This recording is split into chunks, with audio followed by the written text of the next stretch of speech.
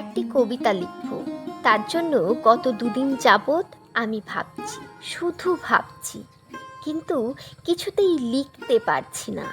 বুকের ভেতর ভয়ানক তীব্র জ্বালা করছে, মনে হচ্ছে রক্তক্ষরণ হচ্ছে, কিন্তু কিছুতেই কোনো লেখা বেরোচ্ছে না। যে তেজগর্ভ নিরস্ত টকবকে তরুণ আবু সাইদের চিতে দেওয়া বুলেট বিদ্ধ প্রশস্ত বুক রুখে দিল সমস্ত পাহাড় সম অন্যায়কে, সেই ইস্পাত দৃঢ় অসম সাহসী প্রসারিত বক্ষকে নিয়ে একটি কবিতা লিখব। যে মৃত্যু ভয়হীন মহাতেজস্বী আবু সাইদের উঁচানো দুই হাতে সমস্ত কাপুরুষিত নিকৃষ্ট নিপীড়নকে প্রতিরোধ করে ছুঁড়ে উড়িয়ে দিল বিস্তীর্ণ আকাশে, সেই দুটো উঁচানো দুঃসাহসী হাতকে নিয়ে একটি কবিতা লিখব। কিন্তু কিছুতেই লিখতে পারছি না, কলম দিয়ে একটি শব্দও বের হচ্ছে না। রাতের পর রাত জেগে আছি, কিন্তু কোনো কবিতা হচ্ছে না। আমি তো কবি, আমি কবিতা লিখতে পারি, আর কি বা পারি, কিন্তু কিছুতেই লিখতে পারছি না।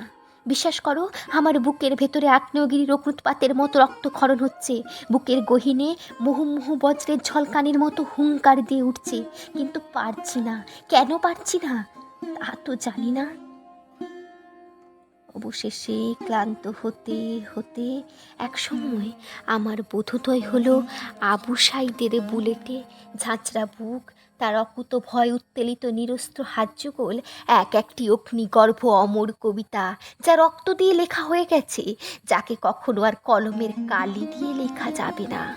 যুগ থেকে যুগান্তরে, কাল থেকে কালান্তরে, দেশ কাল সীমানার গণ্ডি পেরিয়ে সেই উত্তোলিত হাতযুগল আর ইস্পাতদৃঢ় জ্বলন্ত তেজজ্ঞান বক্ষ অন্যায়ের বিরুদ্ধে রুখে দাঁড়াতে সৃষ্টি করে যাবে আরও লক্ষ লক্ষ আবু সাইদ, আর ইতিহাসের পাতায় এমনইভাবে জন্ম দিয়ে যাবে এমনি অবিশ্বাস্য অজস্র রক্তে লেখা অমর কবিতা।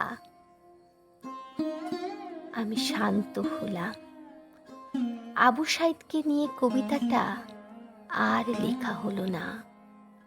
তারপর তারা ভরা নিরভ্র রাতের আকাশের দিকে প্রসন্ন দৃষ্টিতে এক মনে তাকিয়ে থাকলাম কিছুক্ষণ, আর বুঝলাম ভাষাহীনতাই এই পৃথিবীর সবচেয়ে উৎকৃষ্ট ভাষা। পৃথিবীর শ্রেষ্ঠতম কবিতা হচ্ছে তাই, যেখানে কোনো শব্দ থাকে না।